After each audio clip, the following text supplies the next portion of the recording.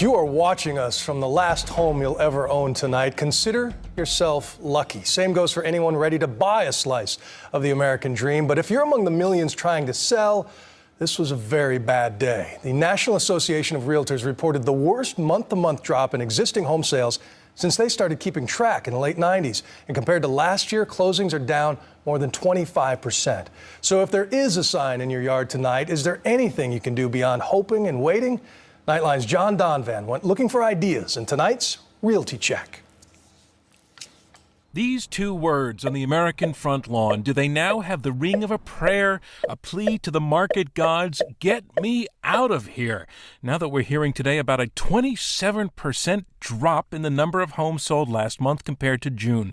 27%. That is terrible news for anyone who has been counting on or driven to selling the family house. Because with the exception of a few markets like, say, Las Vegas or Phoenix, where prices fell fastest and hardest, we are not, says economist Dean Baker, anywhere near done with this yet. It's going to take a long, long time in some of these markets in, say, Florida, where you had really big bubbles. Those prices are not going to come back anytime soon. So if there's somebody whose financial planning is based on their house price coming up in value soon, you're saying maybe they should come up with another plan. Exactly. I mean, there's absolutely no reason to expect that prices are going to go back to the levels they were at 3 or 4 years ago. Baker was ahead of most economists in spotting the great American housing bubble, so we were curious for his take on some of the innovative ways that Nightline has seen Americans trying to weather the downturn. Among them, well, if you must move but cannot sell, there is something called a home tending company that will send people to live at very low rents in your otherwise empty, otherwise non-selling home, like this one near Salt Lake City. Gina Blair was living here for only $650 a month. The only catch being, I have to keep it clean. Every single morning I get up and I go through a routine of making the beds, wiping down mirrors, sinks, watering plants, trimming things, making sure that the yard's immaculate. all in the hope that someone would finally buy it after more than 2 years on the market. The idea behind home tending is simple, once you hear it put this way by the woman who runs the company. Because of security. I mean, you hear in the news all the time, these homes are getting broken into, they're getting copper ripped out of the walls, appliances stolen. Gina got 8 months in the house before it finally did sell, possibly in part because she was there. Dean Baker's take on it. We have a lot of vacant homes in the country, and certainly, where you have bank-owned properties, it's to their benefit to have someone in there who will keep up the property. Or what about renting out a part of your home to help cover housing costs or living costs in general? We thought, what are we going to do with this space? We got plenty of space upstairs. We don't need it. A few years ago, the hottest reality shows on HGTV were all about buying and sprucing up houses. I think the sink needs to go. Now this program is one of its most popular, called Income Property.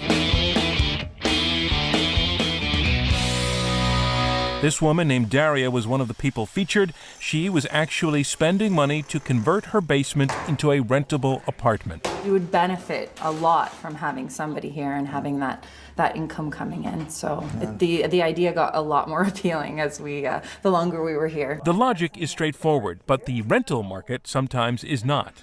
Nationwide, there's a record vacancy rate for rental units. So in most areas, it's not going to be easy to find a tenant. You're just going to be competing against too many other landlords. Yeah, you just have to deal with open eyes. You might occasionally have 2 months, 3 months between tenants, so it's not a guaranteed income. And what about simply walking away? That starts to look pretty tempting when your mortgage is $390,000, but the value of your home has dropped to something closer to $300,000.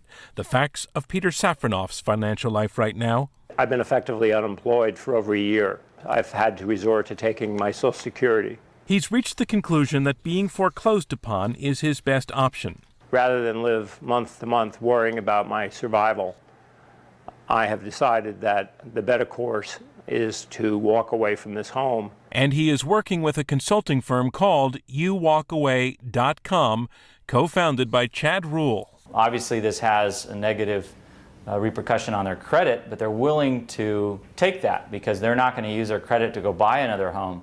They'd rather save this money, put it towards savings, put it towards another investment, and recover financially. Many Americans are looking at this option, often in combination with what is called a short sale, where the bank buys the house back at market value and the owner gets nothing except away from the nightmare. I think it's a perfectly reasonable option in many cases. People are often underwater mortgages in a way that there's no way they could ever hope to get equity in their home. The idea that they would just stay there and, in effect, pay more than a house is worth. Suppose you owe $400,000 on a house that's worth $300,000.